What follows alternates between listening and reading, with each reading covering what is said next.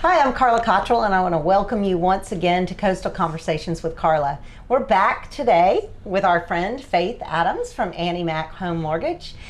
Before, when we met with Faith, she talked about, well, we learned a little bit about her and how fun her background is. But we also talked about FHA and VA loans. So those are some common products that a lot of people use. Recently, I found out another fun thing about Faith is she and her husband are concert aficionados. They love to follow the music. So if you are a musical person, you really might want to have faith in this lender. That's true. But today we wanted to talk about something completely different. Lots of people are getting into investing in condos and condotels, but there are some rules that most people are not familiar with when it comes to finding a lender for those kinds of buildings or structures. So Faith is going to kind of walk us through what the ins and outs are of that process so that you can really understand it if you're looking into getting into investing.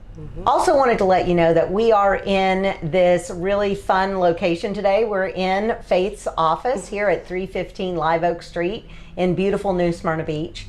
And she has got this corner office that is fabulous. If you want to visit her, you should. And we're here because we're going to try to show you some things on her screen in just a bit that make it easier for you to understand what she's talking about. So, thank you. Sure. Very nice. Yes, my husband and I are live music junkies, is how I like to describe us. We do follow the music. Today, we're going to talk about condos. Something key to keep in mind is that if one wants to obtain a mortgage, the person or people must qualify financially for that mortgage. But another primary factor and piece of information is that the property must also qualify to serve as collateral. And so when we think about condominiums and we think about the difference between a condominium and a single family residence, a primary difference is that there's no dirt involved with a condominium. A single family residence is a house that is situated upon a piece of property, and the deed includes the dirt to that property as well as the structure. Whereas a condominium, that's not how it works. A condominium, the ownership is the ceiling to the floor and the walls to the walls, and it's interior only. The exterior is usually managed by, or even owned sometimes by, a homeowners association. So the risk factor is significant from a collateral perspective. So that is a primary reason that we have these discussions, and that the Fannie Mae and Freddie Mac, who are the governing authorities on mortgages, have rules or guidelines in place as it relates to financing these properties. So what is required in order to determine the eligibility to serve as collateral is that we have to investigate the HOA. The lender has to really analyze the criteria of that HOA, how they manage the funds, the HOA assessments and funds. Are there any kind of rules or extra assessments? Are there sufficient reserves? There's all kinds of criteria that has to be analyzed. One of the things I ran into recently was that there was one owner that owned 3 units in a particular condo association, and that owner was subject to some litigation concerning those 3 units. And because of that, the lender was unable to lend on the complex in general until that litigation was cleared up. Cured, exactly. So anyone can Google the Fannie Mae guidelines. You can Google Fannie Mae, and you can Google Fannie Mae condos ineligible projects. That's the easy way to go to it. So when you get to that page, you'll see it says right here, ineligible products. This is the federal mortgage guidelines for condominiums. This is where you can go to see, does the project you want qualify? So as you scroll down, you'll see that it clearly gives a list of ineligible project characteristics. And here it will tell you the difference between a condominium and a condotel. And another feature is what's called a non-warrantable condominium. Oftentimes, everything about that condominium or that unit fits financing criteria for conventional financing, except for maybe one or two features.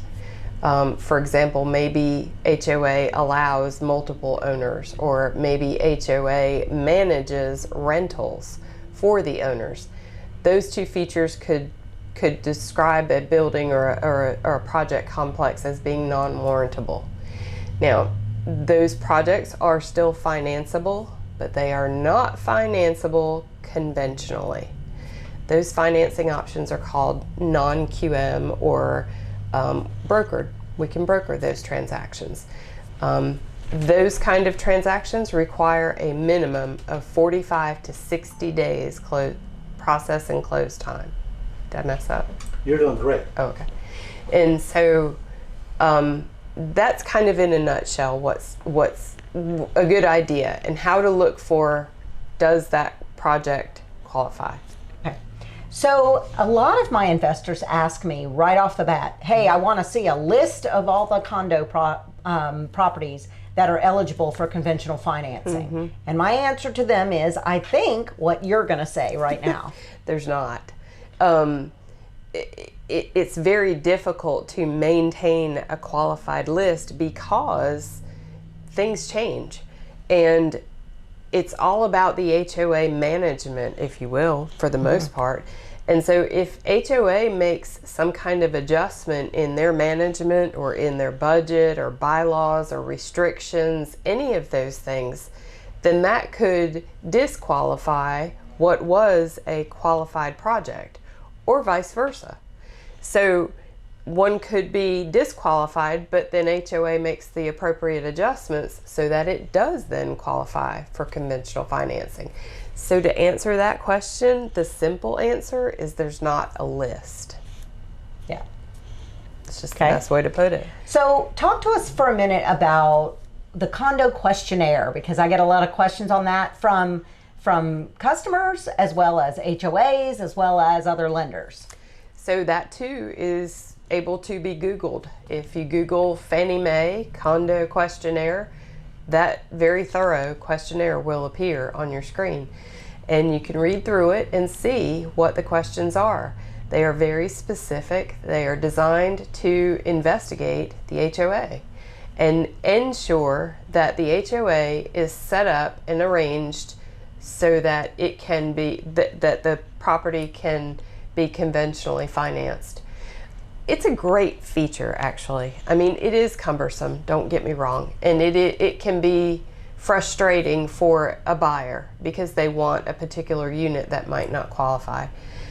But the truth of the matter is, it is to ensure that that buyer's investment is solid and protected. Exactly. A buyer would want to feel comfortable that the assessment fees that they pay, which are often very large, are managed properly to maintain the complex. And so that's a portion, and a large portion, of the reason for this process. I think about it like, my mom right now, we're going through some issues with my mom's health, and I'm thinking about hiring a home health care professional, right, to come in and work with her. So I think of it the same way, or like with a babysitter for your children. You want to make sure they're vetted. Right. You want to make sure they've done things correctly in the past, and that their track record is solid, and that there's no abuses on record and all of those. So I think of it the same way. The HOA has to act kind of like the babysitter or the home health care person for your unit that you are buying. And have to remember too that it is a process to analyze the risk. Yes. Because again, you're talking about borrowing a significant amount of money, and that property has to serve as collateral. So the risk is there. And if you think about it from an individual perspective, If I'm an individual and I want to loan someone some money, or someone wants to borrow some money, I want to know that they're going to pay me back. And so it's a risk analysis. Absolutely. It really is. So, have you had stories where you've been successful qualifying a condo for someone that you could talk about? Oh yeah. I have one pending right now. Actually, it's a beautiful complex that one would think everything checks out, but it's structured as a non-warrantable complex. I'm so excited that I work for a company that I can do those non-warrantable financing. That's called non-QM, or we broker those transactions, and things are going along nicely.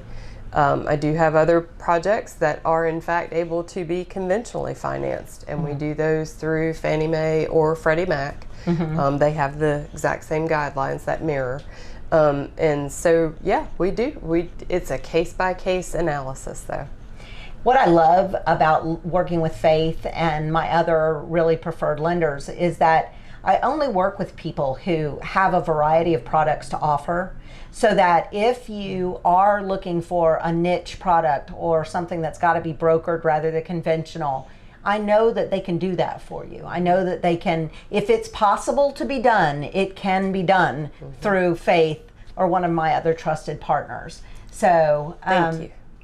I appreciate that. I often also recommend, especially with condominiums, not just for buyers, but for listing agents and folks who want to sell a condo they may own.